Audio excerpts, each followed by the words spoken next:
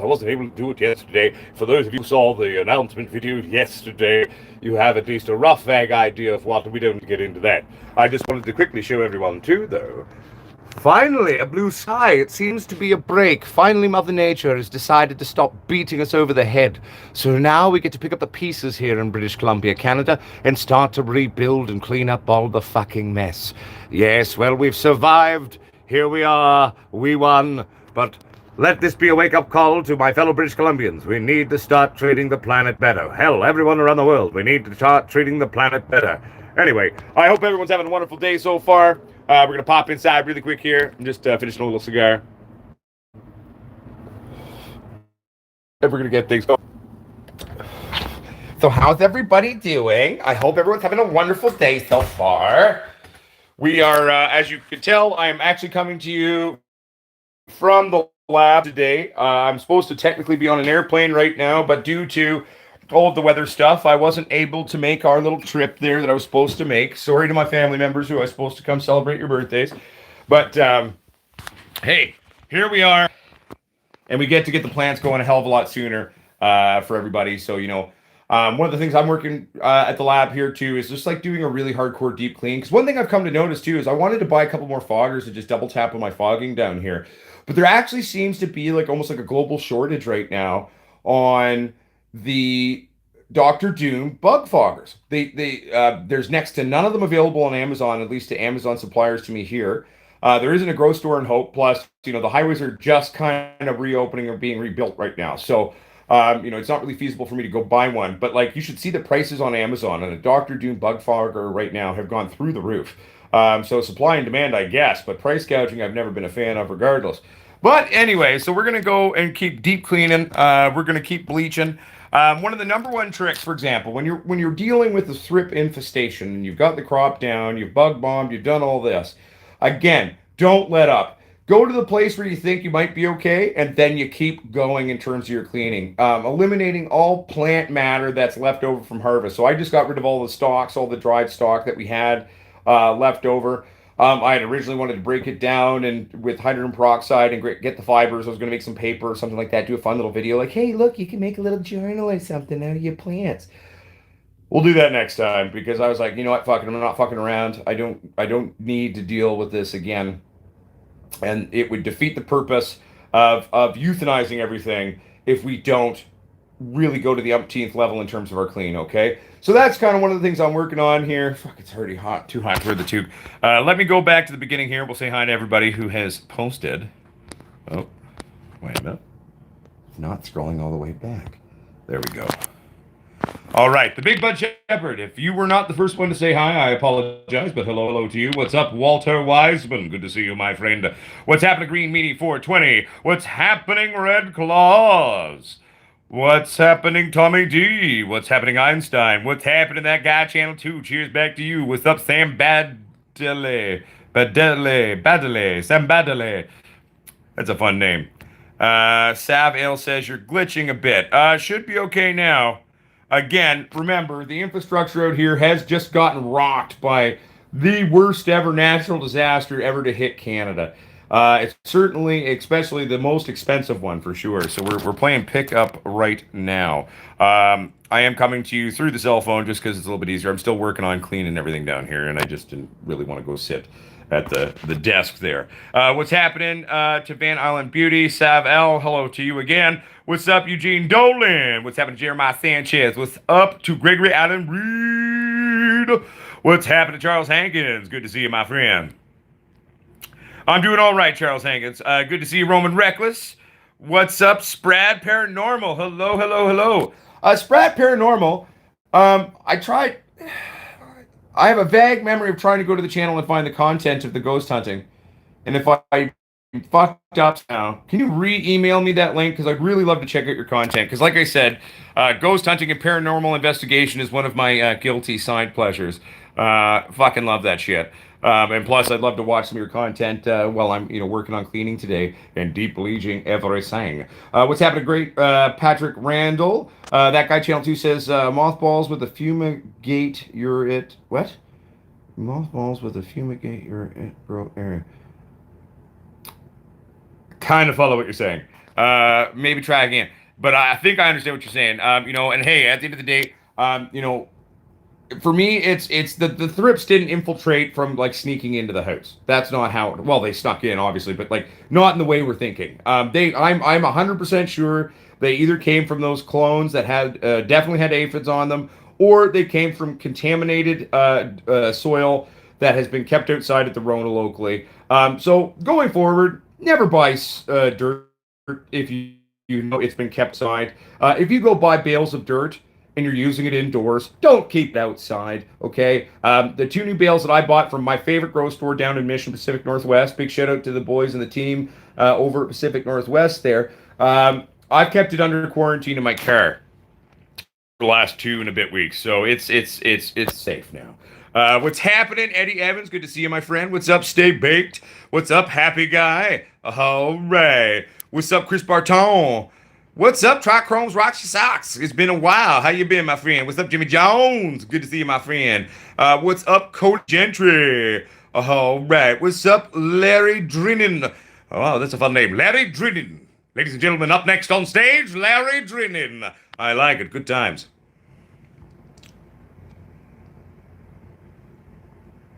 Bear with me here, everybody. I'm just reading. What's up, Jeremy Morrow? What's up, Josh Howell?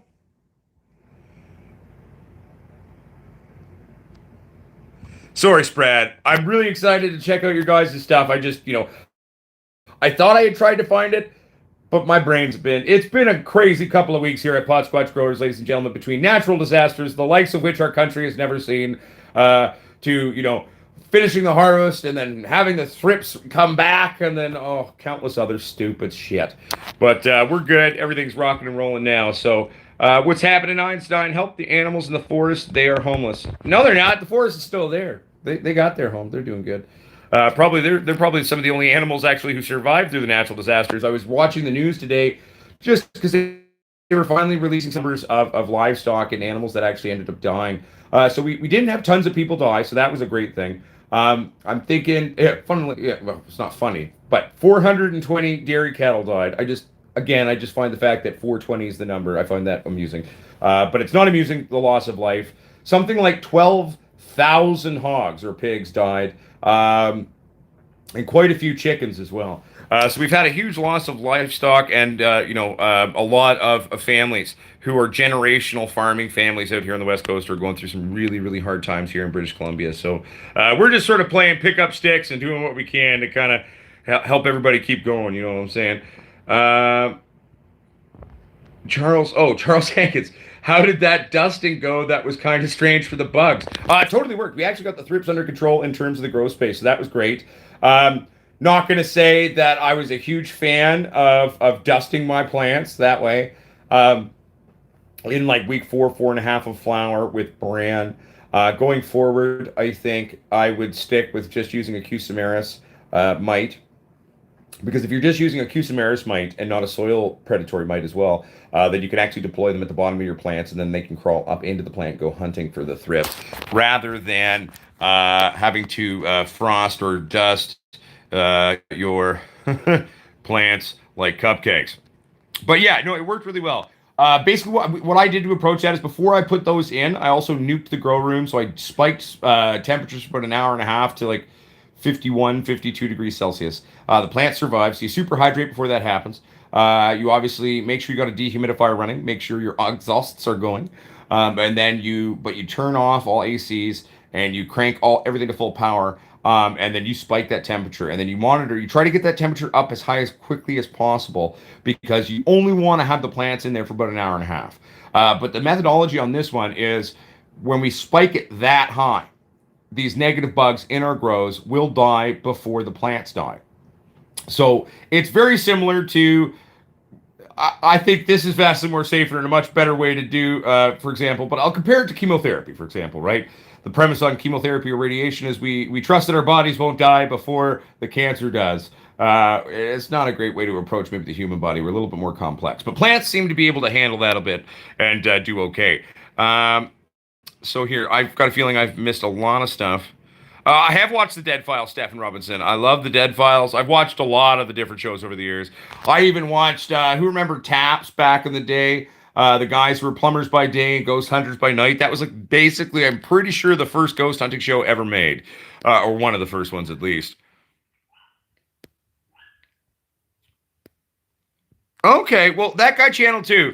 Again, shoot me an email. Maybe I can give you a call later this afternoon and just pick your brain on how you approached the mothball action. Okay, I would appreciate your humble 2 cents on that. Patrick Randall says just smoking a huge joint, Red Claws. Oh, you're talking to him. Oh well, hey, but enjoy the joint. What's happening, Eugene Dolan? Good to see you, my friend. What's up, Tony Clifton? What's up, Miguel Rodriguez? What's up, Rick DeRosa? I'm doing well. How you doing? Andre 4000, what's the topic today? A couple of topics, I guess, really sort of talking about, pests and overcoming pests and the proper ways of dealing with that. And talking also about sort of the upcoming grows and stuff. Maybe if I can find my keys, I'll bust out some of the catalog there. Maybe we can all go through some of the different genetics I have on hand and we can have fun. Oh, Jesus Christ. Good to see you. Thanks for the support. It's good to know that the old JC's got my back. Welcome to the show. I'm doing well. I hope you're doing well, Jesus. Um, Sorry. Every time you show up with your little, your name and then the fucking emoticon, it's quite great. It brings a smile to my face. Um, What's up, Jimmy Jones? Good to see you, my friend. One could totally do that, Jimmy Jones, but I already have a video. We already have a video on making RSO that is the only true comprehensive video you actually need to make it.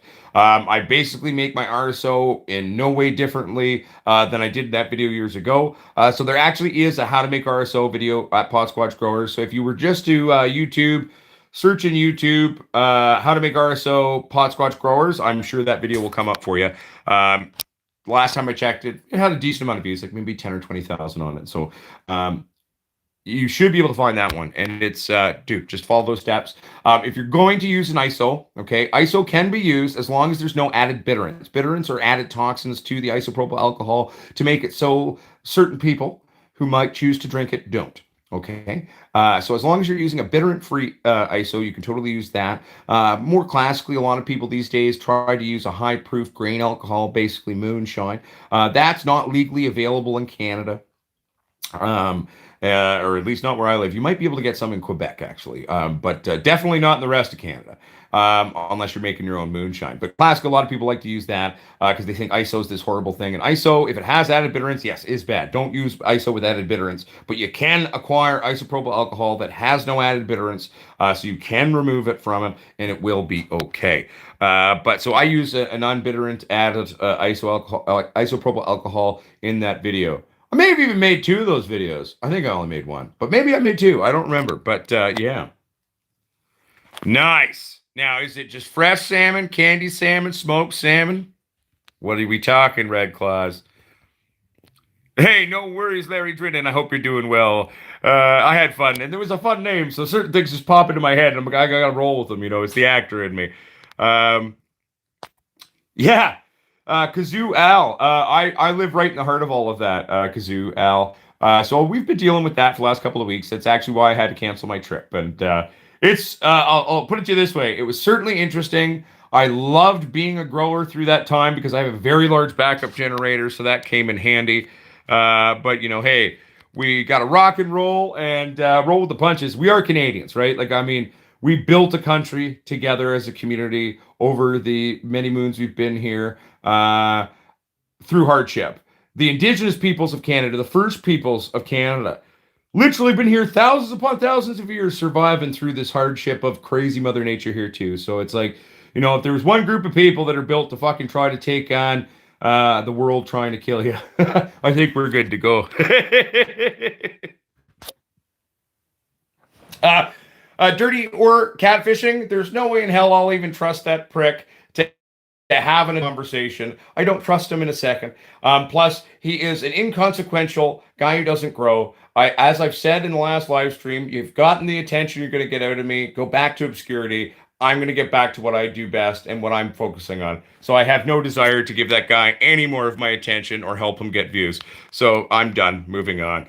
That will be the last I speak of it. But there we go. Hey, what's up, Cannabis Culture Australia? I hope you're doing well. I hope Australia is all good too. Grow Big 207. Hey, Ponch, hope everything turned out well for you and your friend. No, not really. I mean, I'm fine, but we will see what happens on that front. But just for their own privacy, I don't want to get into that. But everybody send psychic vibes out to the friend of Potsquatch who's going through a hard time. Okay. Hell yeah. One second here. Oh, no worries, Grow Big 207. Welcome to the show. Tommy D. Gosh, Buster's been on since like 3 o'clock here, and they're on number 2 now. Hell yeah, Tommy D. I love Ghostbusters.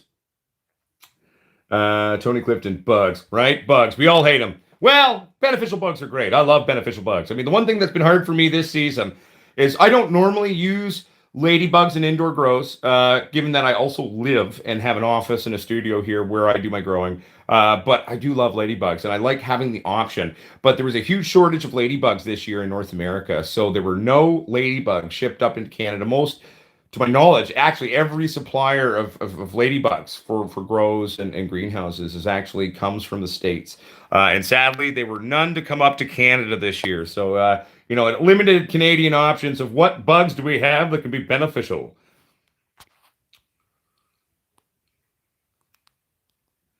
Well, Christopher Thomas, the government's working on it. They're finally stepped up. I mean, the military showed up after about 4, 5, 6 days. But hey, at least they came. And we've survived. I mean, the government kind of stepped up their actions here, kind of right when it was actually not as bad as it once was. We kind of went through the initial shit, our initial stuff, but, hey, it is what it is. Oh, boom, That Guy Channel 2, if you've got a fucking video on it, perfect. Send it to me, my friend, and I will check it out. Well, Jesus Christ. You could, I always feel like I'm swearing when I say your name. You could actually send me some personal pictures or to an email. Any emails that are sent to me, of you sharing your stuff, whether you're in a legal place or in a legal place, those are completely confidential. Those are between you and I. So always feel free to reach out and send that to me via email, and I'm happy to always to take a look at it. You know what I'm saying? What's up, Paige Foley? What's up, Ozzy Lone Wolf? What's up, Miss Kay's Garden? How are you, my friend? Charles Hankin says, what's everyone growing right now? Right now, nothing. I am going to be popping beans in the next day or two. Hell, I'll even pop them tonight if I can get enough cleaning done where I feel comfortable to start it. Now, to be fair, the lab in there is fully disinfected. It's fully, so what I might actually do is just set up like a tiny little table, drop one of the fixtures down, or maybe I'll even pull the little squatch out and throw it in there. I'm just trying to avoid this main space until it's fully deep cleaned. But, we could probably actually pop our beans now. We are safe, at least, in the grow space or the main grow room there. So we're going to be popping, obviously, all the genetics that we had from Gassers. So that's the K-Town by K47, the K-Town by the cheese, as well as that orange Hindu. But I'm thinking I might pop a few other things for fun, too. But I've got to pull open the vault and take a look at sort of the list there and think about what would be fun. What haven't I done in a while? What have I never done? What could be fun? What do we have that could be something exciting for everyone at home to see? I don't know. Lots of things in there. Well over 200 items in the current catalog here at Potsquatch Growers in our genetic vaults there. Ooh, salmon burgers. Nice. Yeah, I like me some good fresh salmon. It's got to be fresh, though. If it ain't fresh salmon, I don't like it. It tastes like shit. But fresh salmon is good. I like that, Red Claws. Greg, yep, that's true. Greg just popped a bunch of beans today, so that's kind of like in seeing Greg. Greg sent me a picture of all these cups of water. He's like, what you think I'm doing? I was like, you're popping beans. I want to pop fucking beans. So I'm trying to get everything back so we can actually do that. Oh, perfect. You sent it on the Instagram there. Perfect. Thank you very much. That Guy Channel 2. I am looking forward to checking that out. I appreciate it. Family trees. Yes, we are doing well, my friend. I hope you are also doing well. Larry Drinnen says, I've decided that certain strains are good at resisting most pests, while others seem to attract everything. I grow outside, and I've seen it happen time after time. Larry Drinnen, not only is that true, it's not even necessarily specific strains. Often, a proper breeding program, you will utilize a pheno hunt, where you're hunting, well, hell, in a perfect world, for everything I'm doing, I would love to pop a minimum of 1,000 to 3,000 beans. Because really, a true initial cross will be, especially on that first cross or two, maybe kind of do that Gen 1 initial, and then on that second gen of stabilization, popping, thousands of beans is the best way to go. That's how the boys back in the hood days used to do it. Sadly, it's really hard to have that kind of room here in Canada. But so you'll find even within every single strain or every batch of seeds you're going to meet, you're going to have phenotypes that are more pest resistant or mold resistant, et cetera, than other ones. And so that's part of one of the main traits, or main secondary traits, I'd say, that I would utilize or look out for in terms of a breeding program. So yeah, no, that's totally a legitimate thing, though, my friend. Kazoo Allah says, growing some runts right now. Slurricane, nice. Wedding cake, very popular these days. And black cherry punch. I've seen a lot of interesting different black cherries or black cherry punches. Some of the ones I've seen, I've never played with any of those genetics. A lot of those are a little bit too new for me in my humble, happy place. But some beautiful colors on some of these black cherry strains I've seen over the years. And that was good. Yes, Gregory, good. So everyone, Greg's popped some Jack Herrera, some bubble gum. You know me, I love my bubble gum indica. Some OG Kush, and some from the Texas Squatch. What were those ones called? Texas Squatch's strain. It was his auto strain he developed or is working on. He's got a Gen 2 of it out now. I know that. What did he call it? Schnozberry, I believe. It was the Schnozberries. It was a little bit of Willy Wonka action on that one. So yeah, so I already shared what I was going to be running there. Jeremiah Sanchez, the K-Town by AK-47, the K-Town by Cheese, the Orange Hindu. Obviously, I'm going to pop a bunch of those. But I'm also thinking I might, throw a couple of other things out there to be spicy, too, because I got a lot of fun things. 1 second here, everybody. I'm just trying to read. Trying to play catch up. All right. Actually, Van Island Beauty, I am not drinking. I am stopping drinking for a little while. Today is day 2 of me getting in professional fighting shape. Greg Reed, who is arguably one of the most talented, educated, and hottest for sure, and most popular personal trainers of Beverly Hills in LA. He trains all of the bigwigs and all of the famous people. He's training Uncle Potsquatch now, too. So today is day 2. My coach has said that I'm allowed to eventually drink again, but I have to get my fucking, body back healthy. I got to detox. I got to fucking change my thing. I'm not even allowed to eat carbs anymore. I eat bread and pasta all day usually. I haven't had it in days.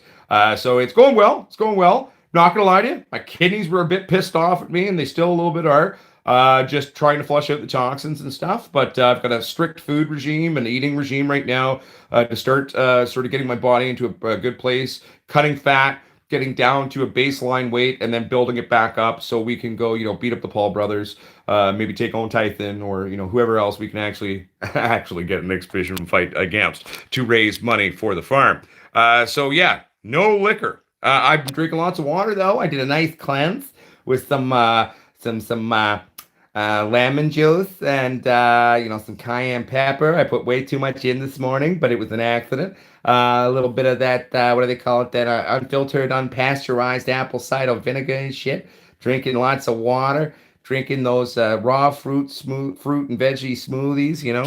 Oh, actually, I'll hit that after the show. But yeah, so no alcohol right now. Well, I feel you, Jeremiah Sanchez. Even though I have well over 200 things in my catalog, I always want a little more. It's always fun building those collections. What's up, Coastal Gardens NW? Good to see you, my friend. Hey, I'm doing well, my friend, Canadian Bacon. How you doing, baby? What's good in the hood? 1 second here, everybody. I'm just catching up.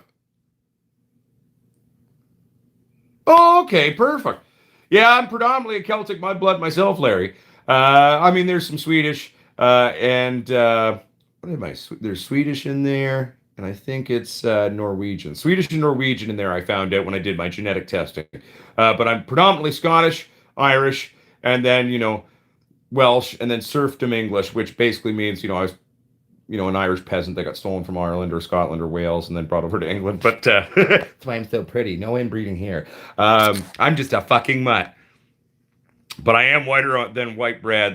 Fuck, man. When I did that genetic testing, Uncle Potsquatch was like, ooh, maybe there's something spicy in there. Something exciting. Yeah, no, turns out I'm fucking whiter than shit. It's sad, but That's okay. Love thyself, right? Move on.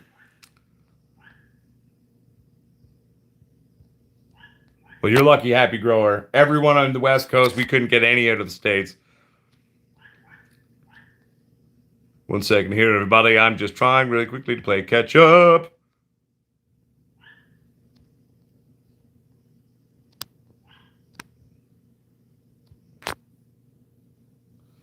Yes, so Stinger Wolfie, according to all of my beneficial bug suppliers on the West Coast, no shipments came at least out into the West Coast and Central Canada from the States. All of our ladybugs up here typically come from the States. There was no ladybugs to be had this year.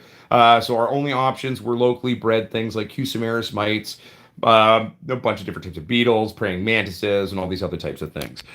So yeah, we couldn't get any of those sadly this time. Van Island Beauties says, Grape God, old random seeds, and my recent cross with the cookie time warp with the Tangy cookies fucked my time warp. Oh, nice one. Sounds very sexy, Van Island Beauty. One second here, everybody. Charles Hankins, have I ever thought about moonshine? Well, yeah, I've drinking a lot of moonshine. I don't have my own still, but I have a lot of close friends that actually make moonshine out of cannabis. We call it grassoline. Not only can you run a Harley off of it, it makes you feel great, and it gets you high too. Stinger Wolfie, the bug lady, and I are on personal first name basis now, and have been for a while now. She was the first one who's like, "Yeah, no, you're not getting any fucking ladybugs this whole season." We've tried every single supplier, we couldn't get any this year. So the bug lady and I are quite close friends. Well, in a professional sense, she knows who I am. I know who she is. I call regularly and ask questions, and then I spend money.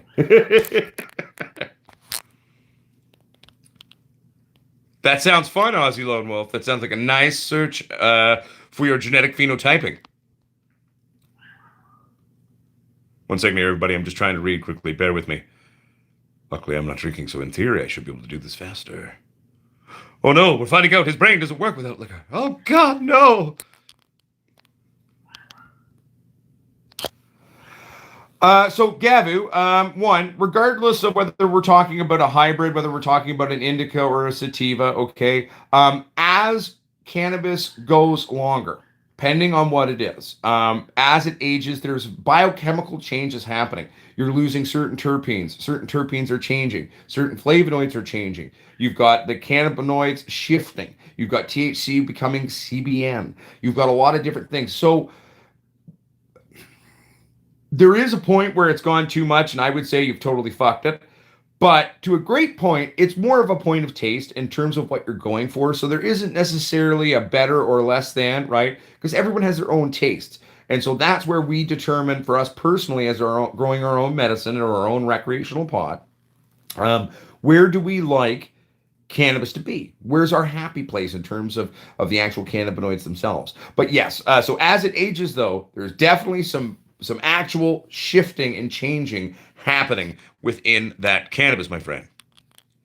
I will also say certain Sat Dom or Sat True strains I've seen take longer than 16 weeks to properly flower. And even still at that time, they weren't to a place where I would have been overly happy with them. What's up, Sean Parker? Ooh, nice. Now, have you grown it yet, Sprad Paranormal? Sprad Paranormal, quick question. Where do you guys do your ghost hunting? Are you anywhere near me? Maybe one day I could come do a ghost hunt with you guys. That'd be fun.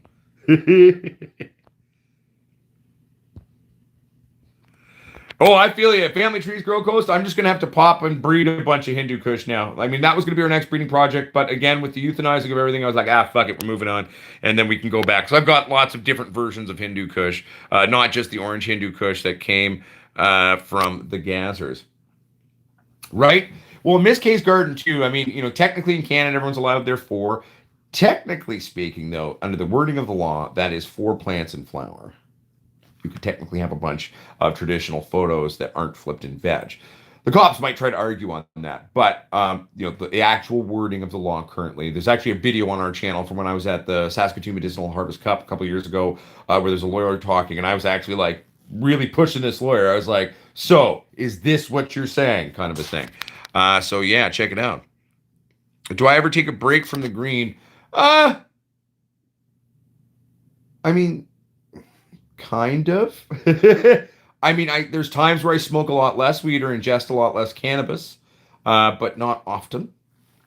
Typically, if I find myself getting too used to something, I just switch it up and I produce something else that'll have a bit of an extra pump to me or punch to me. And typically, like if my lungs are feeling like a bit over smoked, like I'll just eat a lot of cannabis. Like I'm a really big fan of eating cannabis, not just edibles. Like I love tinctures. I love sublingual absorption under my tongue. I try to watch my sugar intake these days. Even before I was trying to get in shape, so I don't really eat a lot of candy anymore. It's just too much sugar for me now.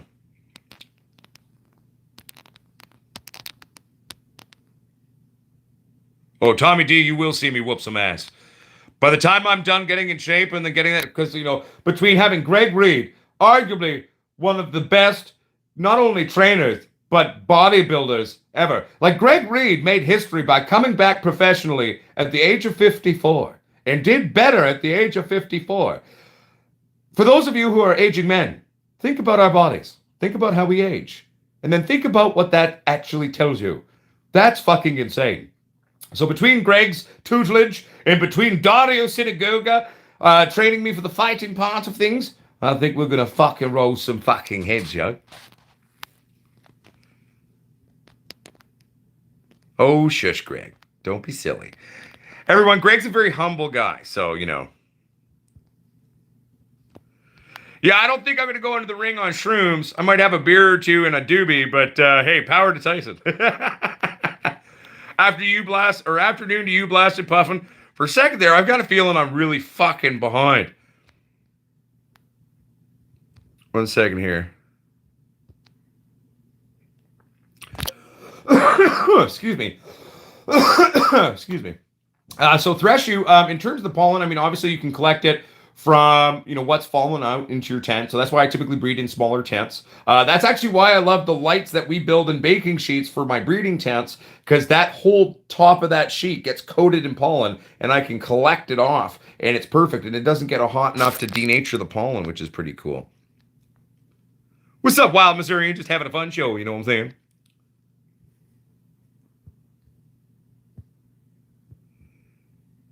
And that's an older strain, too, to my knowledge, Stinger Wolfie, too. Okay, 1 second. Yeah, it's done, Mojo's Grow Boss. As I said in the last stream, I'm done paying attention to the obscure little angry old little man who doesn't even grow. We've moved on to bigger and better things and focusing on what's important. So everything's more than fine, Mojo. He may be still running his mouth, but I mean, it's like I'm far too big and far too busy with important things to really worry too much about him. So he let him bitch. I don't care. Moving on. Okay, catching up. Catching up. Sorry, everybody. What's up, Cadillac Jack? And anyone who I've missed saying hi to, much love to you, and I apologize for not seeing you. Gito G 420, good job. I'm proud of you. Making me proud.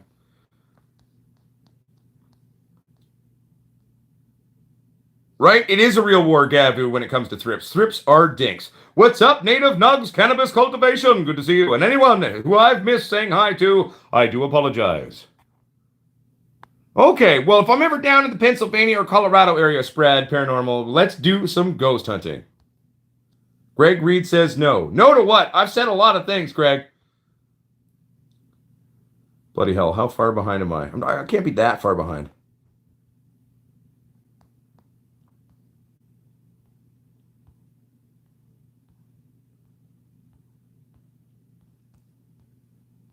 Greg, I've seen the magazine cover. Actually, everybody, there's a great picture.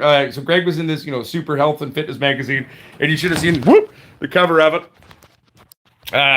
It was like Greg Reed redefining what aging means, basically like that. I'm paraphrasing, but it was pretty cool. So between Greg and Dario Synagoga, not only am I going to get jacked to shit, I'm going to get my back in fighting shape and actual fighting, de-rust all my fighting parts in my brain from being the years of fighter. And then I'm also going after Jason Momoa. Not to fight him, just to be more jacked and sexy than he is. That's right. Actually, there's not a horrible looking man underneath this beard. So watch out, Jason Momoa. Potsquatch is coming for you. If you can't have fun, have a laugh, right? Oh, good times. Stinger Wolfie says, Potsquatch, my next run is popping ethos seeds of Cherry Garcia. Oh, Cherry Garcia. Sorry. Misread that one, a little funny. But this will be my first cocoa grow. I know about the CalMag issues with cocoa. Well, Stinger Wolf, you got to remember with cocoa in general, there's no inherent nutrition naturally in cocoa. So if you're growing straight cocoa, one needs to remember that it is important to remember that there's no inherent nutrition. So you really got to stay on top of your feeding regimens from the get-go and have a comprehensive feeding regimen for that.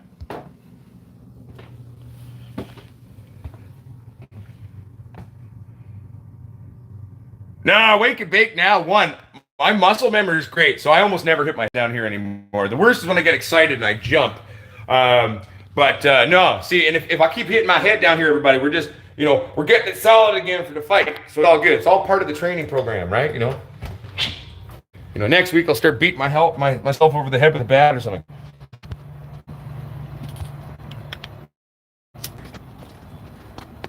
Hey, much love, Family Trees Grow Coast. Much love to you, my friend. Peace and love and keep it real. Tell the garden I say hello.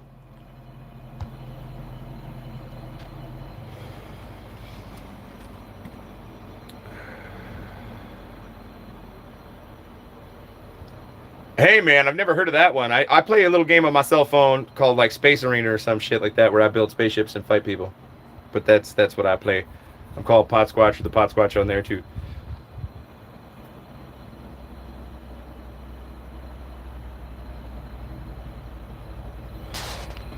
Einstein, I've got a feeling I'm like missing the first part of what you're talking about. Could you reiterate for me, my friend? Uncle Coy. Hey, thank you very much. I appreciate it. Fully rooted without over-watering them. Okay, well, so again, Uncle Corn, so if you're worried about pH, one, I'm going to let you in on a secret. Typically, I don't really worry about pH myself, ever, even though I use bottled nutrients. I know, it scares a lot of people. A great natural trick where if you don't want to overthink it too early, you got a big watering jug and you want to just auto-correct most waters in North America, squish a lemon into the stupid thing. It'll be good to go. But, using a standard pH up and down, I wouldn't do it too quickly if you're using a pH up and down kit. Do it very gradually and slowly. And that way you will avoid shock on your plants as well. Yo, what's up, Visible Farms? Tell the tortoise I say hi. One day I got to come visit. I need to meet that tortoise. Stefan got a tortoise too, Visible Farms. He's got a tortoise now too. I want a tortoise, man.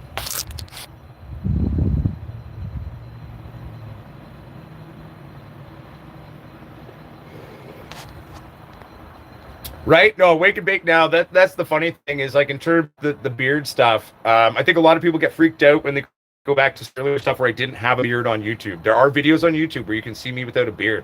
Or when people see my headshots from before I grew the beard out, it really freaks them out, fucks with their head. It's kind of funny.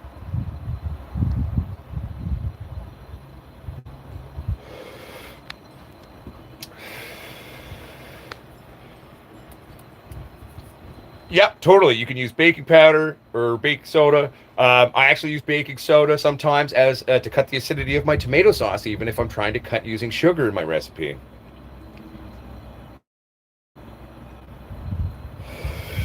Man, I'd be down, dude.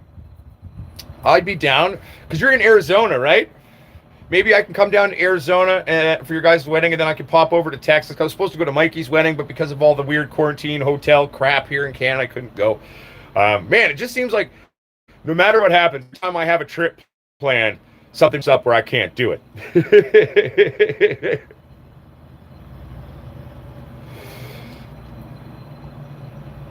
Nice, Stinger Wolfie. And also, too, Stinger Wolfie, I had no idea you were just over in Abbotsford. You're still there. Abbotsford got fucked pretty hard, too, a couple days in, especially once the dike broke and then the Sumas area and everything. Oh, man, it was bad. Everybody, you should look up some of the pictures of Abbotsford from the recent times here of stuff. I keep cutting out periodically. Well, at the end of the day, you got to remember, too, the infrastructure locally here has been rocked pretty hard. TELUS is still working, but you never know. I am on Wi-Fi too, right? So it'll fluctuate. The nature of Wi-Fi is it fluctuates. That's why when I do the show on the studio there, it's actually better in a certain sense because it's hardwired. constant theme. But also, I am standing away from the router outside having a cigar at the moment. Dude, that's cool, Visible Farms. That's very cool. I'm looking forward to seeing it. Daniel Andrade, how is it still daytime there? I don't know, it just is. Well, isn't Florida, though, not only, obviously you're like way south from us, but like, aren't you a little bit more east? I thought, yeah, because isn't Florida more east? Because like I'm on the west coast. I'm on like the far west coast. So basically where I am is basically on the same exact line as like California. Cool, Visible Farms. A bud bouquet? Now that's rad. That's fucking rad. Our wedding isn't going to be a weed-themed wedding, but there is going to be a cannabis bar on top of an alcohol bar. And I'm going to personally grow everything that's offered and make for everything that's at the weed bar at our wedding is going to be produced by me. But our wedding is going to be an Addams Family themed wedding. Everything's black. I already ordered the cake. It's like 3 years in advance, and you cut into the cake, it like bleeds. We're doing it in this old haunted church up in Yale. If it's still there, I'm assuming it is. It'll be good.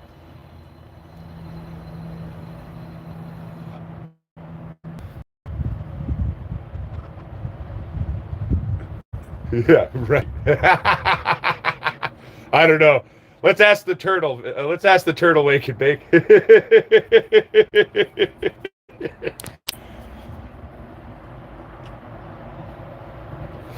Who's going to be thinging your wedding? I mean, really about that. The funny part is we could actually shoot someone in like a total green screen suit and just edit them out of the video and just have their hand going. That is in theory possible. I don't know if we'll actually have a legit thing, though. It's just so hard.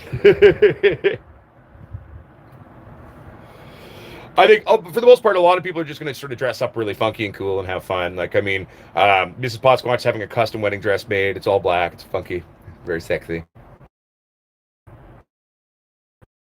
Diesel, I haven't had in a while, buddy. That's some old school shit. Again, not necessarily something that's like a huge cup of tea for me, but I do love the blue notes meeting that city diesel. Man, that's some very cool terpene fucking action. Maybe I'll get a special suit made, bright green, Blues Brothers style or something. Gotta find a tailor though. Oh man. Am I going to be cousin it? No, I'm obviously Gomez. Originally, little Adam Squatch was supposed to be cousin it. We'll see if Adam comes to the wedding, and if he does, I'll hopefully put him in a giant wig or something, and then he'll be cousin it. Tommy D, we're West Coast Canada, British Columbia, so basically exactly right up from Cali, if that helps your brain. That's right, on a mission from Gad. Exactly, Daniel. Exactly. 1 second, everybody.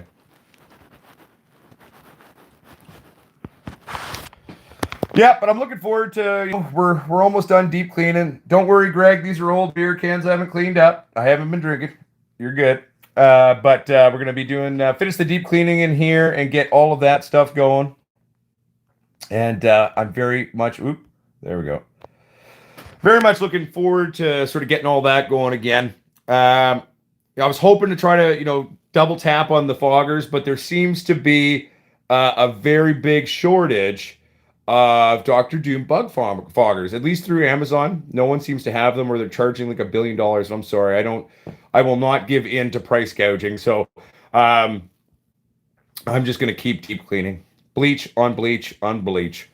What's up, Brad Pearson? How you doing, my friend? We're just having fun doing the show. Having a good old chat with everybody. What's up, Boston Buds? How you doing, buddy? Welcome, show. I hope you're doing well. We just having fun, chatting, doing our thing, But yeah, as I was saying, I mean, with the deep clean stuff, maybe I will pop beans tonight and get them going. I mean, I can sort of, I'll pop. I'm not worried about the popping stage. All the new soils on quarantine out in my car. So and the room in there is good to go. So basically, maybe we could just start them in there. I really want to get through and deep clean these tents, move all the shelves in here, and just like deep clean the fuck out of everything even more than I have, and then do it again, basically. When in doubt, do it again. It's right there.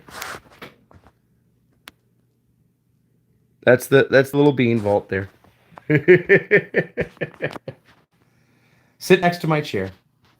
I actually don't think I have my keys to it on me. I think they're upstairs, stashed in their secret hiding spot.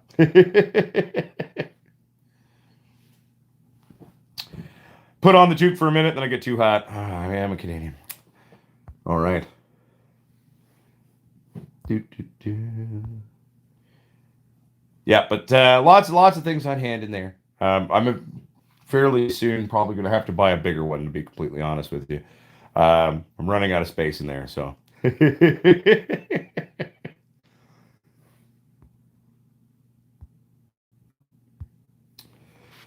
But yeah, no, I'm gonna go through later and contemplate also, like, hey, like what could also be something fun and spicy, maybe something obscure. I've got a lot of really cool things that probably none of you have ever really seen or heard of, from a lot of cool African land races to Iranian land races. Um, I've got this one thing that I'm really excited. I've only got like 6 or 7 of these beans left, but this sort of a golden indica from the Oahu Islands from like 40 years ago. That's pretty funky too. So there's lots of fun little things sort of tucked away in that genetic vault that we can play with. So that's kind of where I'm trying to think of. There's got to be something kind of obscure and weird in there that none of you would really have seen that we could maybe break out for you that could be fun too. Oh well, and at the end of the day, Boston Buds, like I'm not really actually worried about them getting in. It's like I said before. I mean, I am 100% sure that 98% sure that the thrips probably came with the clones that we got because they came with aphids.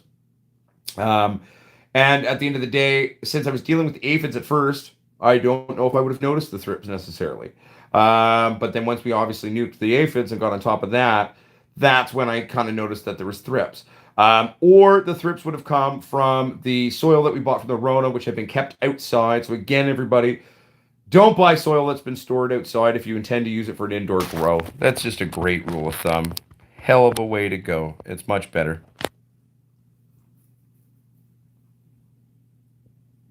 What's that, Daniel?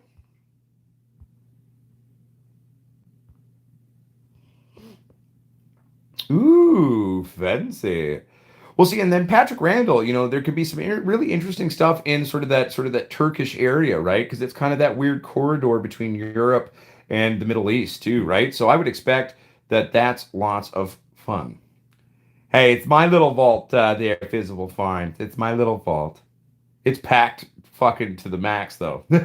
One day when I'm rich and famous, okay, I'll have a real vault that'll be buried underground like that one up north there to save all the world's seeds. I'll do that for weed, but I don't got the money for that right now.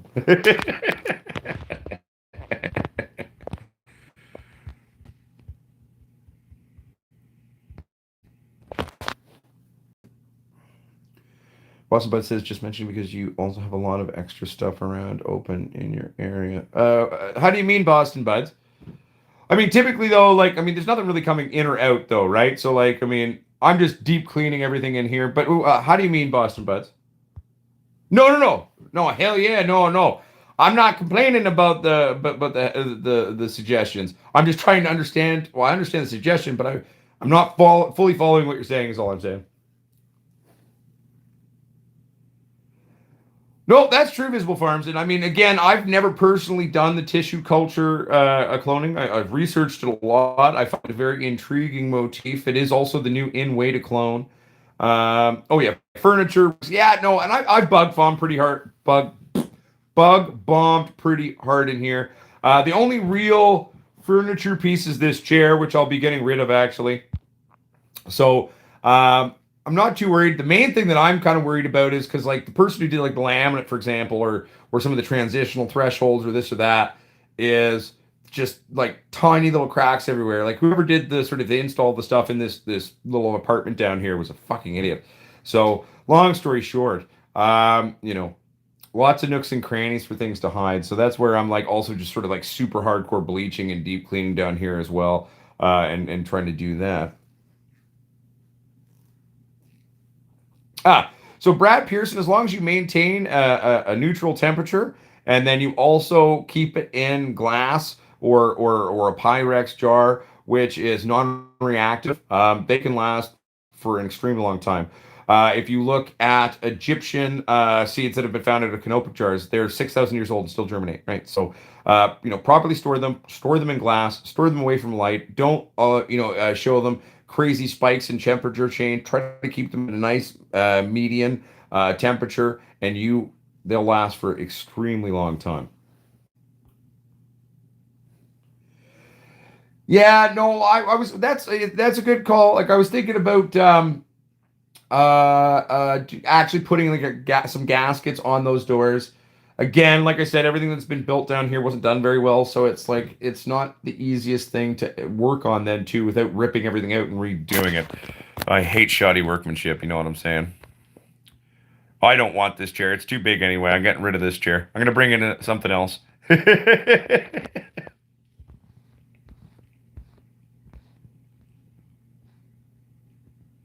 Sorry, everybody. I'm just trying to read. No worries, Brad. Yeah. So again, as long as you properly store your seeds and are conscious to their environment, they last for an extremely long time. As in, they can last even up to thousands and thousands of years. Man, watch that one day, like my real vault that I built one day, right? And the human race goes extinct, and then a bunch of aliens come down and find Uncle Potsquatch's, genetic vault, and they start growing weed. All these aliens, thousands and thousands and thousands of years from now, when we're long since extinct, start, growing weed and getting high. Could you imagine that? Now that'd be a funny movie to write.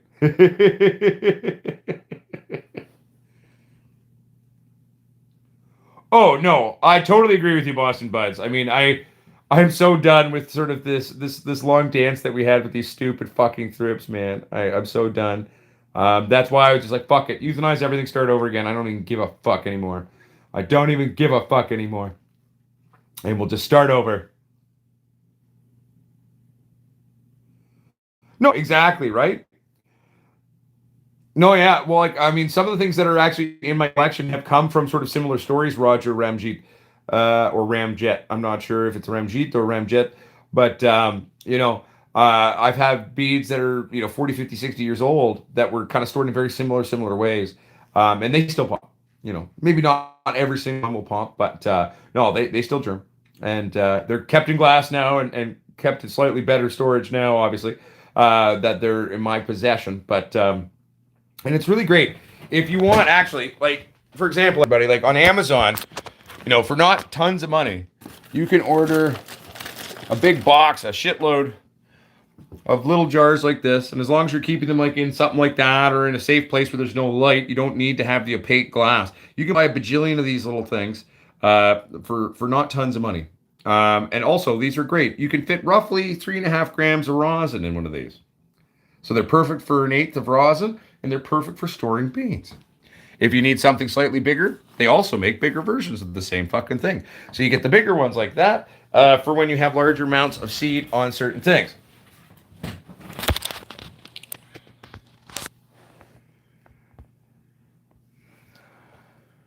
Uh, yeah, it happens, William John. Sometimes, the great euthanization is the only true way to go. And any true grower, any professional grower, any actual grower with real experience will tell you that sometimes that's just what you got to do. It's better to clean house and start over again. And that's just a fact of life. 1 second here, everybody. Jeremiah Sanchez says, damn, miss a lot. My son decided to go crazy and mess the room up and blow my room up.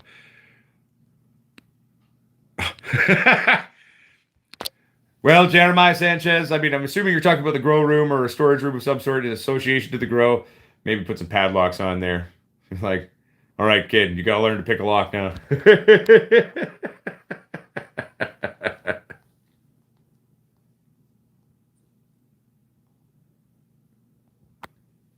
Yeah, right? Buy him a paint kit or something, or some Legos. When I was a little kid, I loved Legos and Connects and stuff like that.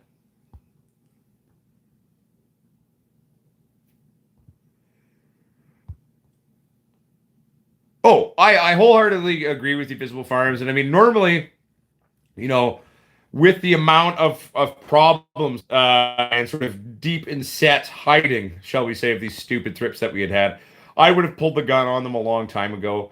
But I wanted to keep that Hindu Kush running. I was trying to keep those Hindu Kush clones alive. But at the end of the day, I've got 6 different versions of Hindu Kush in my genetic vault. You know, and I was just like, fuck it, fuck, get it done.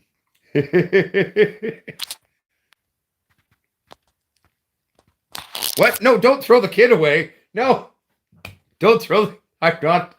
I'm not advising you to throw your kid away. Oh man, that's not what I'm saying. It is pretty funny though. Parenting tips with Uncle Potsquatch. Well, sometimes your child just becomes too much. Kill them. Get rid of them. No, that's bad. I'm not advocating that. Get him some Legos and then get some padlocks on the door. You should be fine. You should be safe until he's about 10 or 11 now, maybe 12, and then he learns to pick the lock because he's curious about what's behind magical door that dad's always hanging out behind. You know what I mean? Yeah, like, and it was, this Hindu Kush was a valuable one, but I do know for people who still have it, if I really, really wanted to bring that Hindu back, I've got hundreds and then thousands of certain of beans of certain strains that I just killed. So like K Town, probably have at least 1,500 to 2,000 of those beans. Um, the K Town by AK-47, I've got at least 200 to 400 of those. The K Town by Cheese, I've at least got 120 to 300 of those. The Orange Hindu Kushes, I've only got about maybe 80 or 90 of those, but still, I've still got 80 or 90 of those. Like, that's okay. And one of the things I might do for fun with those Orange Hindu Kush beans is just to have a nice big fat stack of them. Maybe I'll just, do a run of those and breed out some of those in a tent. And then we've got lots of those on store for the vault as well. Return to center. Sorry, everyone. Red Claus's joke, building off of the joke of Jeremiah Sanchez. Like, he's like, what? Throw my kid out? Return to sender. Good times. See, we have a laugh, everybody. We have a good laugh together. And yeah, right. And I mean, exactly, Visible Farms. And at the end of the day, too, uh, you know, making these hard decisions sometimes is a thing. Like for example, our boy Gazzers the other day had to kill a bunch of plants, not for pest reasons. He had a bunch of, plants outside of his house that he uses to monitor the rate at which the ones out in the bush are growing. It's kind of a smart idea. Actually, when he explained what he was using them for, I was like, actually, that's fucking brilliant. Good job. I like that. But when the county officials come by to check pipes and do some work on the general pipe systems, like I think there's gas lines or something feeding to the property, and it's illegal, you kind of got to kill the plants. So he was sad, but hey, it's what happens, right?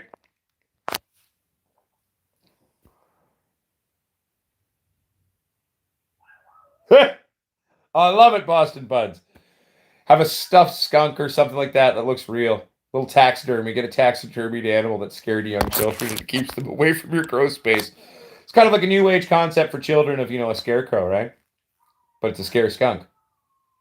Actually, and then if you're growing skunk weed, and you could even have it like you have a thing where like you have an exhaust thing where like if it senses someone approaching when you haven't turned off the sensor, then it starts pumping out the smell of a skunky weed out into the hall, and then they think it's like, yeah, all right, I love it, I love it.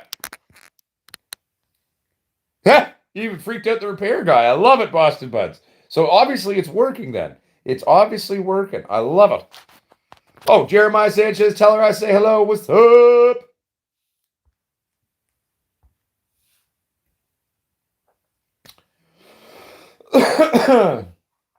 Yeah, no, it was funny. I remember since I'm totally legal here too, like it's right. I agree with you, brother. I agree with you, Visible Farms.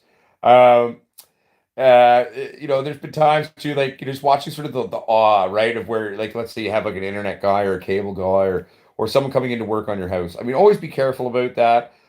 In terms, you never know who they're going to tell, right?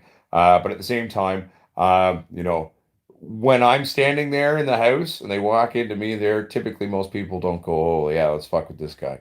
Um, but just to see the look of awe when they realize what's behind door number one, they're like, "Wait, what? That's there. I had no idea." I was like, "What?" It's amazing what happens with it when you have a good carbon filter. And this is why we spend money on fancy toys, everybody. Certain toys are important to have. They perform a very important function. Um, yeah. I remember reading this actually may have been from the book. There's this old book. If you can get a copy of it, it's hard to find. I don't think it's in print anymore, but you can find old copies of it. It's called West Coast Smoke. It's kind of like a history of predominantly BC and BC weed and BC bud, and sort of the grow scene back in the hood days of sort of like the late 60s and 70s and stuff in BC. And so there was this great story of this one guy who built this whole grow room underneath the carport or car park at his house. So this thing was so well built underneath the driveway, the cops couldn't find it. So the cops were there. They had a search warrant. The guy's down in his grow room, hiding in the grow room. Obviously, he didn't have the carbon filters we do today. So the cops are sitting there like, we could smell the fucking weed. We could smell the weed, but we can't find it. We can't find it. So for like 14 hours, these cops are trying to find this guy and find the weed. So the guy's just sitting down in this grow room like, oh shit. Eventually, obviously, the cops didn't go away. So the guy, came out of the grow spot and was like, all right, hey guys. And the cops were almost like not, they were almost like just in awe of what this guy had built on his property underneath the carport. Because you would have never known it was there. Like you could smell it, obviously. But they couldn't find it. And until he showed them how to access it and how to fucking find this shit, they couldn't do it. He's just sitting down there like, maybe they'll go away. Yeah, they're not going away. But it was this hilarious story, and so sort of reading some of these older stories of sort of some of the ingenuity of some of the indoor grows and the earlier generation indoor grows that were done here in BC, Canada, and on the west coast of Canada, I've always found quite interesting, and it's a pretty cool one.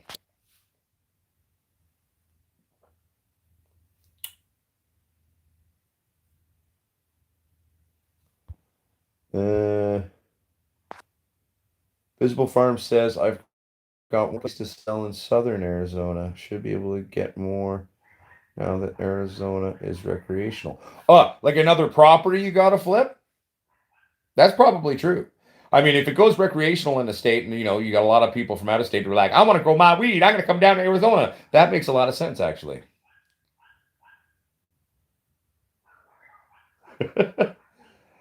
Not really. I think we covered that, but welcome to the show, my friend. We're just having some fun times talking about historical indoor grows and, and out of sight, out of mind. I was just sharing, Grow Boss, a fun story about the late 60s, early 70s here in BC, where this guy had built a grow room underneath his driveway. The cops were there for 14 plus hours. Couldn't find the guy. He's down hiding in his actual room. And he had to come out and give himself up there. Check it out. It's a great book about historical growth of BC weed and West Coast weed in BC. It's called West Coast Smoke, my friend. Check it out. Not in print anymore, but you can find it occasionally on Amazon. It's one of my favorite cannabis books for fun that you should read. Eugene Dolan says, yes, one must be careful here. Well, and that's the thing, right? In most areas, right? Like, let's be fair. There's a couple of traits that classically, like before we were legal here, we've had a medical cannabis permitted system here in Canada for well over 20 years now. However, back in the day, before we had that, and then even still, many people would not go get their medical licenses as well. They would there was a couple of telltale signs, right? That were classic things. So obviously, watching for condensation on their windows. If you have a bunch of condensation on your windows, it's going to look really weird because it's like your neighbor's going to be like, what? Are they fucking like 24 hours a day, 7 days a week? I don't think so. So watching condensation, watching your relative humidity, obviously. Smell is the biggest one, though, in terms of your neighbors. In terms of BC Hydro, the one you got to be really, really, really, really worried about well, not anymore, but back in the day was like, I mean, if you're using a huge amount of power, watching your power consumption. That's why, when you watch Trailer Park Boys down set in Nova Scotia, sort of the whole joke there was, um, that in actual fact, they were sort of super circumventing sort of the power meters, right? So they were just tapping into the actual city grid and city lines, so they wouldn't get caught that way. That's where that comes from. But smell, right? That's the one where your neighbors are going to go, huh? What the hell is that? I've seen some pretty cool designs over the years too at home grows where this was before like using huge carbon filters was really prevalent as well. And this guy was a really old school dude, been doing it ever since. He was a kid and he was well into his late 60s at the time. So he had actually done this whole thing where he piped all of his grow space room through piping that he'd actually run underneath the backyard, up, built down through the bottom of his like actual pond in the backyard of his grow space or the backyard of his house, and he's filtering it up. And then there was this type of pond um, plant that he had, which did give off. I mean, to be fair, I didn't think it was a perfect idea because it was a very subtle skunky aroma. It did have this mild skunkiness to it, though, right? So, man, your fucking pond stinks. And be like, yeah, it's just that fucking pond skunk weed, like fucking stinks, man. I don't know, man. It seems to be really bad this year, man. I don't know what's going on. Like, I'm stymied, But back up into his fucking pod. It was quite brilliant. Like, I mean, it wasn't a perfect system, but God, you gotta applaud the ingenuity there and the creativity of this old guy. I loved him. And yeah, so carbon filters, everybody. Investing in a decent carbon filter, especially if you're living in a place where the status quo is that it's very legal and you're quietly trying to take care of yourself. I will always tell you to stand up for your activism and your rights, and times are slowly changing. Things are slowly changing everywhere. Okay. Hell, even Germany's like legalizing pot and shit, which to be fair, I mean, the Germans, like when I lived in Germany, cannabis was the legal equivalent of cocaine. And it was actually more socially acceptable to do cocaine. Hi, Ganjanata, by the way. Welcome to the show, baby. Good to see you. But it's funny because, like, you could be out at a bar in Germany and you could see someone like, just doing some cocaine, let's say, and no one would really freak out about it, which I always found strange. But if you're like, let's say you're walking down the street in some town or in a city in Germany, you're smoking a joint, people look at you like you're an idiot. Like, what are you doing, you demon child, you? And it's like, whoa, it's just a joint, right? So for me as a Canadian, growing up on the West Coast, we could always, what's up, Caden? How you doing, buddy? Just talking about historical weed things and stuff. Um, Also, common things that would have gotten sort of grows back in the hood days busted and certain things because these lessons are still very kind of prevalent to certain people living in certain parts of the world. You know what I'm saying? But like, yeah, man, I remember the first time that happened to me in Germany. I was like walking around. I was in Ingolstadt in Bavaria, and I was walking with the woman I was married to at the time, and I was like, fuck it, it's just a fucking joint, man. Hell, it's got tobacco in it because I mean, the wife only smokes spliffs anyway. So I spark this thing up, and then she just freezes and like goes pale white. She's like, what are you doing? And I'm like, fucking smoking a joint, man. What are you doing? Like, so yeah, so right, but even Germany now, like this place where this was the social reaction. This was where it was the legal equivalent of cocaine, but cocaine was socially more acceptable than even smoking cannabis. Legitimately, it was socially more acceptable to do cocaine than smoke cannabis in Germany. It was very strange to me. It was a very foreign concept, but even Germany now has legalized. So stand up for your activists. Stand up because times are changing. The world is coming together. People are getting together. Fuck, I think the dogs are down at the bottom of the stairs and they're barking at me. They're like, Dad, what are you doing? It's like, I'm doing a show. Oh, let's go make sure the dogs are okay. But they could be attacking the cat, too. The poor cat. He's an old cat and the dogs are dicks. 1 second, everybody. I just got to make sure the cats and the dog or the dogs and the cat. You know what I'm saying. Okay. What are you doing? What are you doing, huh? Huh? Go upstairs. Go upstairs. The show will be done in a little bit. Then I'll hang out with you. Dogs are fine. They're just being cheeky. But, so yeah, long story short, if you live somewhere where you're currently still fighting for your activism, all power to you. But, just certain basic things to keep in mind, okay, to keep yourself safe. Condensation, power consumption, smell, and also don't tell a lot of people. That's one thing. Like a lot of my buddies over the years got busted because they had sex with the wrong person, and brought the wrong person to their home, and then that's how it all went to pot, as it were.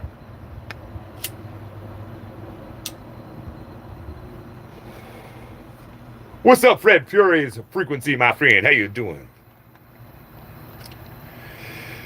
Yeah, right. Well, and like Visible Farms actually talking about like sort of the weed and the homeless population. Okay, here in Canada, especially on the West Coast, there's a really big opioid pandemic of its own. I think something stupid like I just read this number the other day. I think like this year alone, 4 to 7,000 people or something like that have died from fentanyl and other opioid overdoses. So there's a project done by Neil Magnuson from the THC show at Pot TV there. We've been on the show there a couple of times. But they do, what are they? Bloody hell, my brain's blanking on it.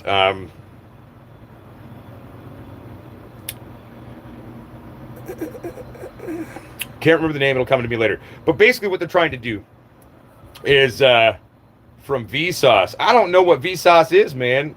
But hey, there you go. So simply put, they're basically giving out free cannabis or low accessible areas to try to stem the tides of drug addiction. They also do. Thank you. That is exactly it. Thank you, Fred Fury. It is the Cannabis Substitution Program. Thank you. It was in there, just wasn't coming to me. To them, understand for in probably one of the most marginalized communities in all of Canada in terms of drug addiction and just sort of like, it's, if you ever come to Vancouver and you go walk through the downtown east side, you'll know exactly what I'm talking about. Which is like they give out socks and free doobies at Christmas time. They started doing that in Vancouver now. Oh, fuck you, brain. Why am I not remembering anyone's name right now? Over in Calgary, I'm even friends with him. I talk to him regularly, and they call him on the internet. Shit. Sterling, the Professor Sterling. There we go. It came to me. So he started doing that over kind of in Alberta. I think he's in the Calgary area. I could be wrong about that, but then so he's doing that. And I believe sort of, Neil Magnuson and the THC show with Glenn Wells and everybody else has started doing that as well. So like, you know what? It's amazing how such a little act can make such a big change. And, cannabis and cannabinoid products are actually something that can really help replace this drug addiction to oh, he's in Saskatoon? Fuck. Oh, okay. It was. Because the last time I talked to him, he was in Calgary, but maybe he was just driving through.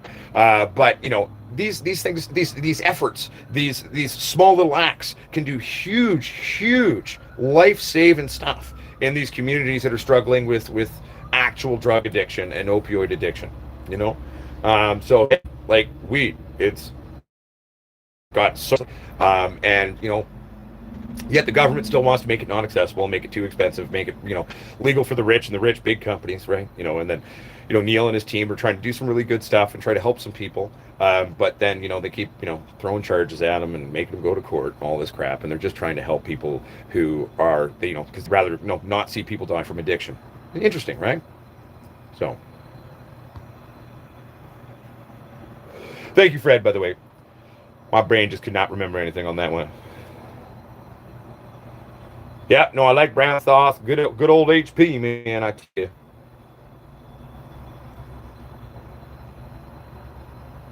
Right? It's good for cancer patients, good for medical patients of a plethora of things. It's good to help stem addiction. It's good for mental health stuff. It's good for the community. It's good for local economy if it's done right. And it's also a lot of fun. It's good for your own mental health. Growing your own and working hard to grow your own cannabis is a holistic experience, I think. And anyone who tries growing and falls in love with growing, and it's kind of just one of those things where you're better off for doing it. It makes you feel better. It's also very rewarding too, to sort of spend your time actually growing. And then when you do your first run, or you keep doing it, right? And every time bringing it down, it's magical. It's always hard. You got to kill your babies, right? But, that's probably been one of the most rewarding things over the last, 5 and a bit years that we've been on YouTube. It's just sort of the hundreds and hundreds of emails from people doing their first grow, or maybe they tried a couple of grows. They're hooked though. Once they started kind of getting the hang of it and working with it, it's just pretty astonishing, and it's beautiful to see. Right? It grows on you. Ha ha ha! It does, and you grow it too. Hey! Nice one, Ganchin, out of your mama. I love it. I love it.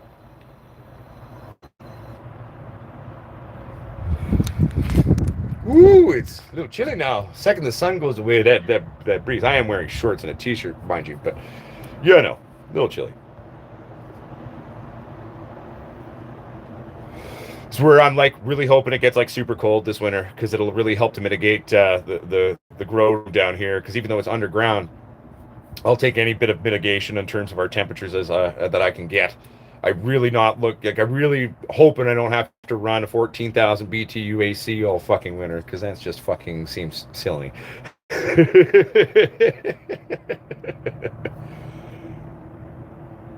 You prefer wheat to brown sauce? If I had to pick between HP sauce and wheat, I'd pick wheat too. Now you give me some brown sauce with some wheat in it. Oh shit! Now we talking, baby. Oh yes.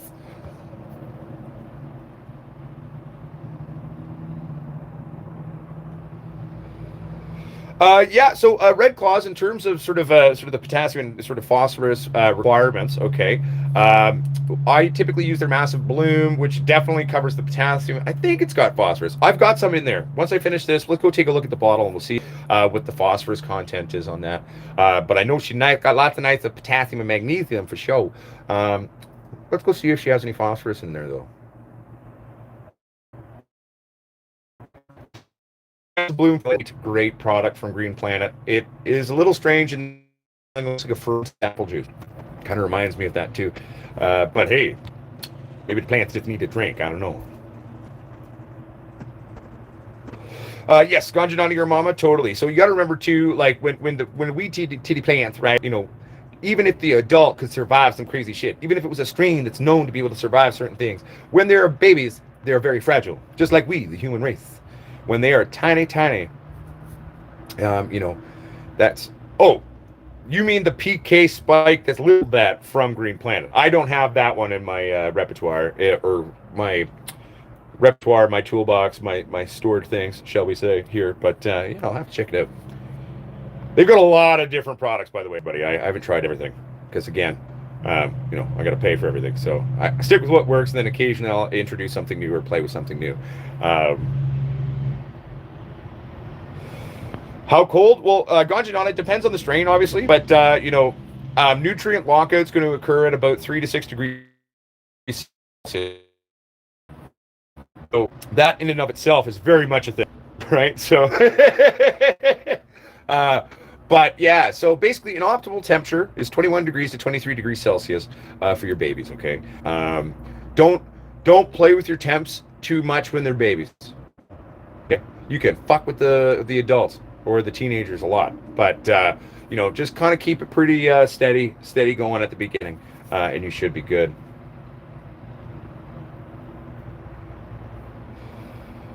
It's like Gajanana, for example.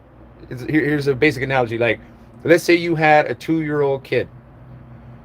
Are you gonna like say you don't get a coat and then send them out into like the Canadian snow, for example, right? Hell yeah, James McMahon. Dude, brown sauce, sausage, some bacon or something like that on a toasty. Can't eat the bread of it anymore because I'm trying to get back in shape.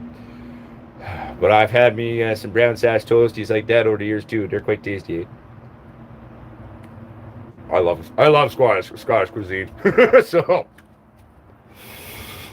a lot of people get freaked out by some of the stuff that the Scots made. Like it fits well with me. And oh, by the way, thank you very much, Fred Fury. It's frequency. I appreciate that, my friend. Much love, dude. I appreciate that. Thank you. I was getting distracted by the visions of toasties in my head. I still want to check what's in. Is this it? Yeah.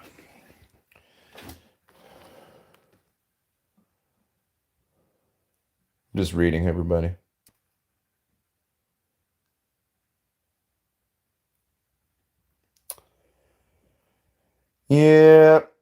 would say yes. Use the PK spike. There's nothing really sufficient there that's going to address that. So utilizing the PK spike to kind of address that is definitely what I would say. Then, if you got it on hand, there. I think it was Red Claws who was talking about that. And if it wasn't Red Claws, I apologize for my memory not working. Excuse me. Whew.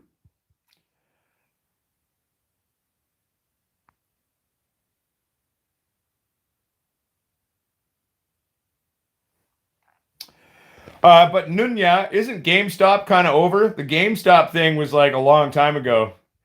The GameStop was crazy though. Basically went from like what, $2.96 a share to well into like 280, 300 some odd dollars a share. And then, overnight GameStop, which is this almost outdated mode, like aging company, became a Fortune 500 company overnight. Unless it's crashing and is going back up, then hey, let me know. Sadly, I've got all my stock market funds deployed elsewhere, but yeah.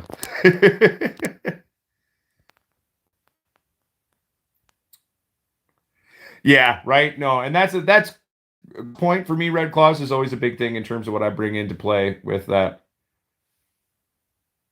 Hell yeah! Now, are you saying Chanukah or Hanukkah and you just accidentally put a C? Or is that actually how you spell it? And I've been wrong my whole life. Damn, that's what I get for growing up in a Protestant family. Well, thank you very much, Fred, though. I really appreciate it, my friend. It does help us keep everything going here. And yeah, so just thank you very much, dude. I'm excited for beans, though. Who's excited for new beans? I'm excited for new beans. I'm excited for babies and plants and not, having our thrips. Looking forward to it. We'll be getting that going in the next couple of days because, like I said earlier in the show, I did go on the trip, so I was supposed to be on an airplane. I would have been there by now. So I'm still here in the lab. I'm still here in BC. I'm not leaving the province anymore. So we're gonna get it all going again. Really? Well, see, look, everybody, you got to learn something every day, and the CH is actually the proper spelling. I love it.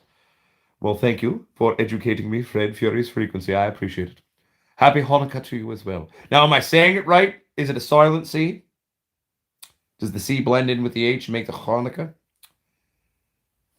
Maybe I'm just saying it right, too.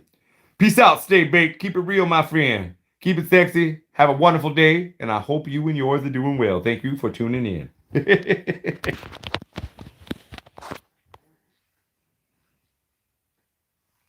Yeah.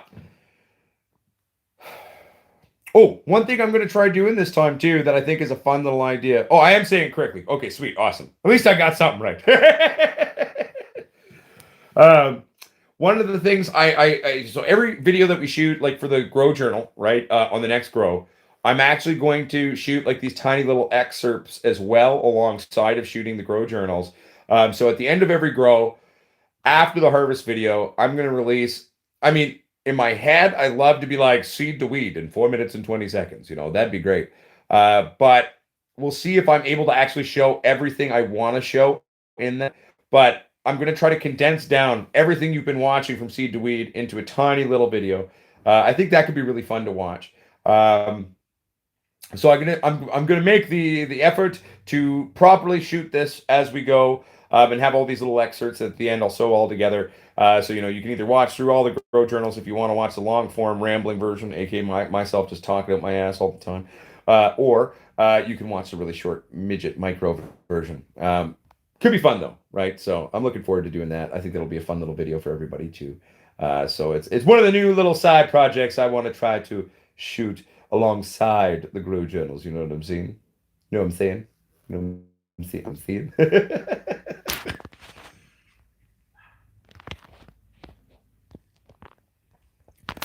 Well, actually, it's funny. Boston Buds actually, there's an idea that I won't get into too much of a short film that Mrs. Potsquatch for years has wanted to make. She came up with it probably like 3 or 4 years ago now, maybe even longer. And we keep meaning to shoot it. We just never done it. But it's called The Journey of the Joint. I won't get into it too much, but it'll be quite funny. I think I don't know if it's Greg or maybe Texas Squatch. I told someone about it the other day, but it'd be a really fun thing to shoot too. I think Susan's just got a crush on me, you know. Well, Jordan Lavallee, uh, you know, it's always worth it to be creative. It's always worth it to, if you want to start a channel, I say do it. Um, I mean, at the end of the day, the way you're asking the question of, is it worth it to start a YouTube channel? I think the number one question is what would be your reason for starting it? For me, starting the YouTube channel has led to a whole bunch of other stuff, but my original origin story was just to help people. I started a little channel. I didn't think anyone was ever going to watch it. I thought that maybe like 100 years from now, someone will watch my teachings and it'll help, maybe years gone by, kind of like a Vincent Van Gogh moment. Everyone thinks you're an idiot while you're alive, and then one day everyone elevates you and thinks you're all this. But sort of the arrogance and the egos and the shitting on people and the prick waving associated Cannabis channels, and all the misinformation. Like, I mean, cause I'm a self-taught grower when I was a kid. I taught myself, read a lot, trial and error. And I was like, well, fuck, it was so hard for me as a kid to try to learn how to do this. How is anyone expected to try to be successful now? So that's why I was like, well, screw it. I got drunk and I started at YouTube and I was like, I'm going to leave my humble 2 cents on the internet and we'll see what happens. And then, before I knew it, all of a sudden there was people there. And before I knew it, we had become a community. Then after that, we had become a movement globally. And then before I knew it, boom, we were starting a lighting brand. And then boom, before I knew it, we were starting a CBD line. And then boom, you know, I'd always just start a farm when I was younger. I mean, I was just going to be a little dope farmer. I was just going to sell my marijuana and be happy and be an actor and a comedian. That was what I was going to do. But now, we're going to start a genetics brand, a global genetics brand. We're going to do local craft for fun. And who knows, maybe one day that'll grow to craft farms around the world. But it has become a thing that is a huge vehicle now. It has a plan. It has ideas, a lot of different ideas of things we want to do. We're also in talks about doing this television show out of it now.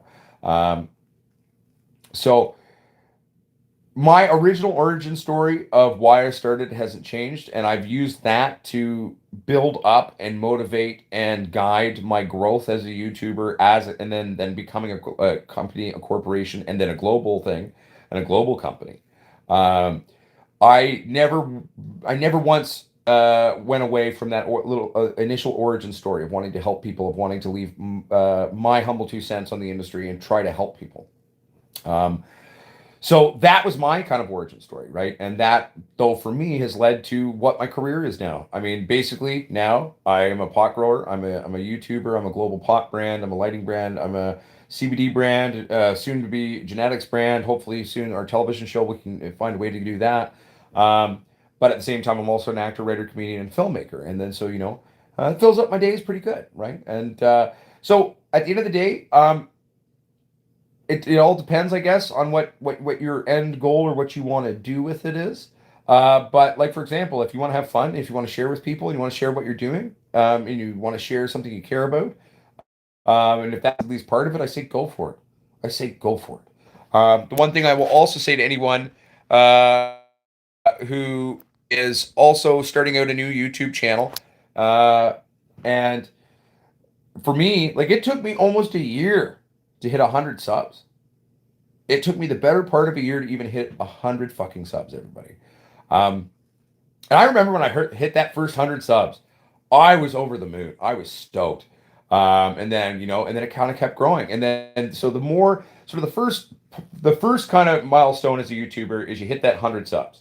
Remember, as pot, one where art, especially persecuted media content now on YouTube, okay? All social media kind of hates us, which is kind of funny because, like, you go on like TikTok or Instagram, you got all these underage girls half naked, and that's okay. Or you got guys rapping about raping people and killing people and selling crack, and that's okay. But then you got a bunch of fucking happy people talking about a plant and how it helped them get over cancer or help their loved one get better, or vice versa, right? And then that's somehow deemed this horrible, dangerous thing. Times are changing. It'll eventually happen. It's like, as we move forward as a society, I think a lot of these companies are going backwards in the way they view things. They'll eventually catch up. They're going to have to. But you know so just remember that. So it's harder for us as cannabis YouTubers. I'd say it's even harder for us now than when I first started out to build something. But you just always keep your mind on that goal, right? That first goal is trying to get to 100 subs.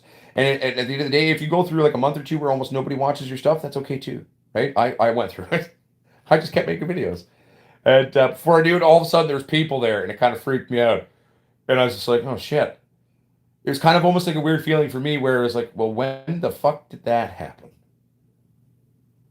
And then here we are, right? So, but yeah, go for it, man. If it's something you're passionate about, you want to have fun with it, you want to try it. The couple of tips I'll give you. One, be you.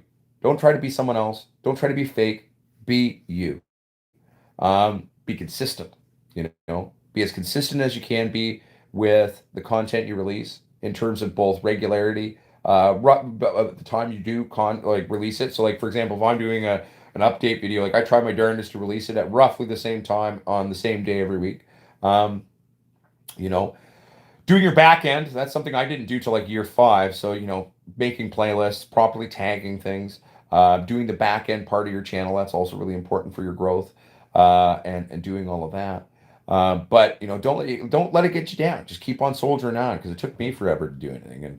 And hell, I mean, I was a dumbass with a cell phone who didn't really know how any of it worked, and then it started becoming something. So, but go for it, and don't let anyone ever tell you no. If it's something you care about, you're passionate about, you go for it. And if you're having fun and enjoying yourself, that to me is called a win. Okay? I hope that helps. I know that was bloody, a long-winded thing, but yeah. Well, technically, Eddie Evans, I was a fighter. Not currently one now, but I am trying to get back into shape. So if I can get back in shape and we can get some of those exhibition fights, then sure, we can throw that one on there too. Right? And that's the thing, Fred. It takes a long time. Like it took me, like I said, a better part of the year to get to 100 subs. I remember when I hit that 100 subs, though, I was just like, holy shit. Wow. Right? Like it was so exciting. And it was oh, I almost think that first 100 was almost kind of one of the best parts of stuff, really. And at the end of the day, too, remember that it's going to fluctuate, right? Like your subs are going to go up and down and up and down. That's part of it, too. Don't take it personally. It's just sort of the nature of the beast. Instagram's a lot worse in terms of your fluctuations, right? But that will happen, right? But remember, if you keep consistent, you keep to yourself, doing your thing, and doing something you're caring about, and are being compassionate to yourself and to those around you. There will always be a slow, subtle, always upwards trend if you're doing it right. And also, too, by the way, you're going to get some haters. The bigger you get, you're going to get people hating on you. If you don't have someone hating on you, you're doing something wrong. And at the end of the day, never let that get you down either, too, right? 100%. Oh, I totally agree with that as well, Eugene Dolan. What's up, Greg? Are you saying hi or high five, or do you have a question? I'm confused.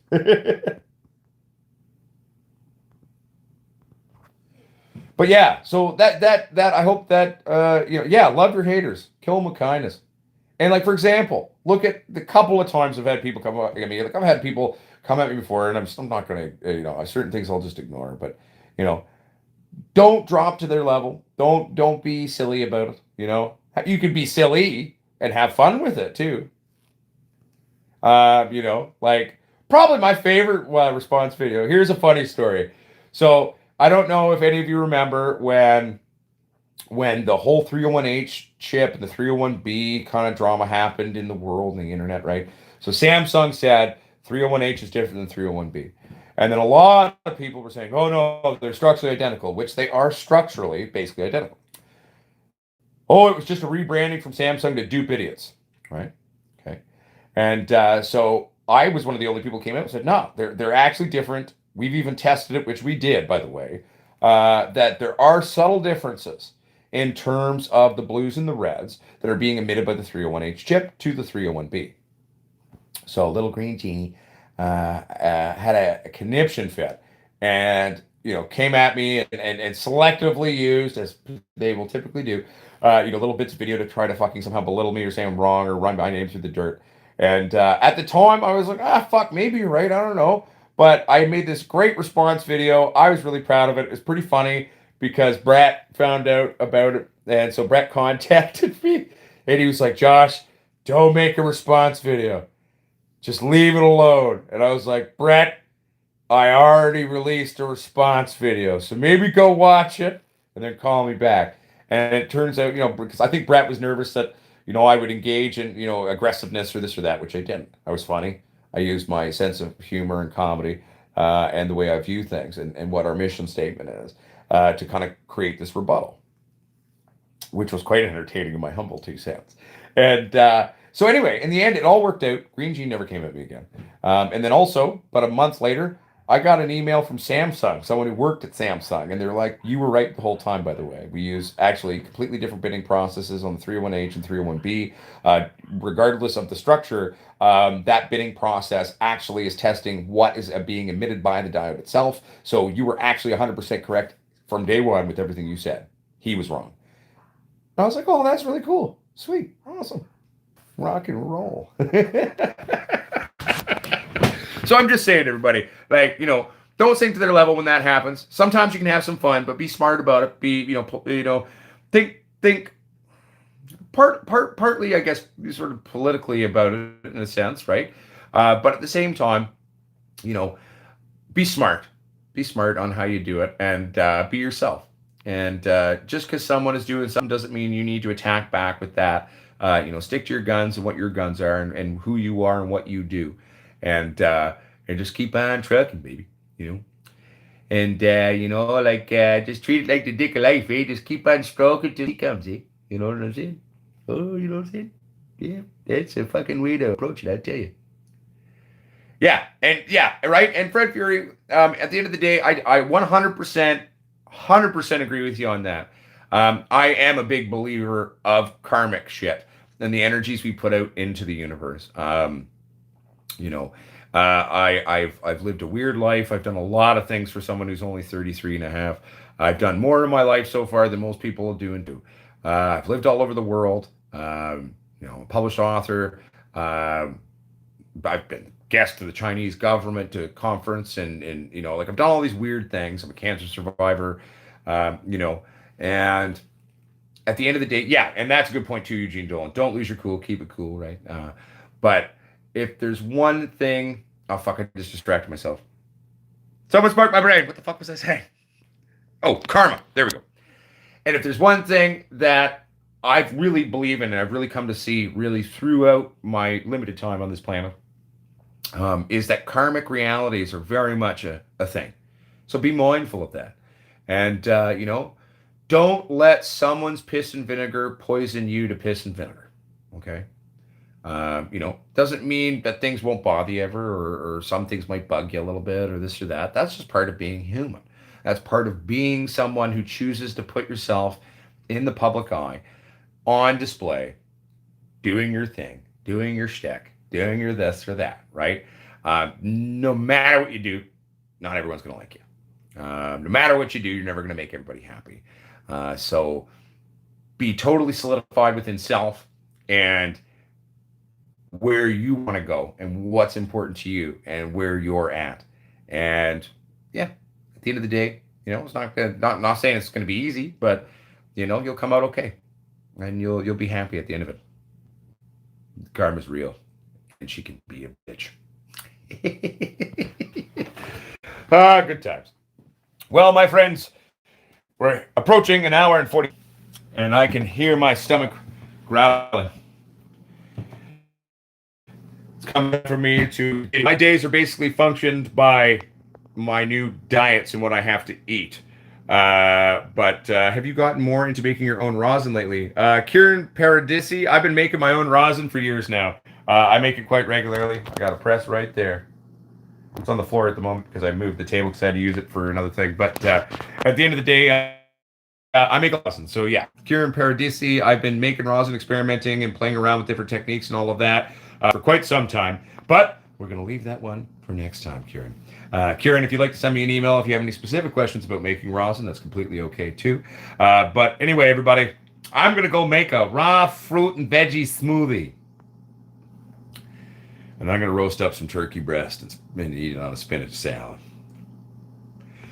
Peace and love, everyone. Okay? And remember, the true grower is the forever student. The true grower isn't afraid to take risks. The true grower makes educated, stupid decisions. Also, remember, karma's real. Have some fun. Don't shit on people, but don't let them push you around. All right? All right. I'll see everybody next time. I'll see ya on Sunday. That makes sense, though, Rowan Reckles, because you guys just had Thanksgiving.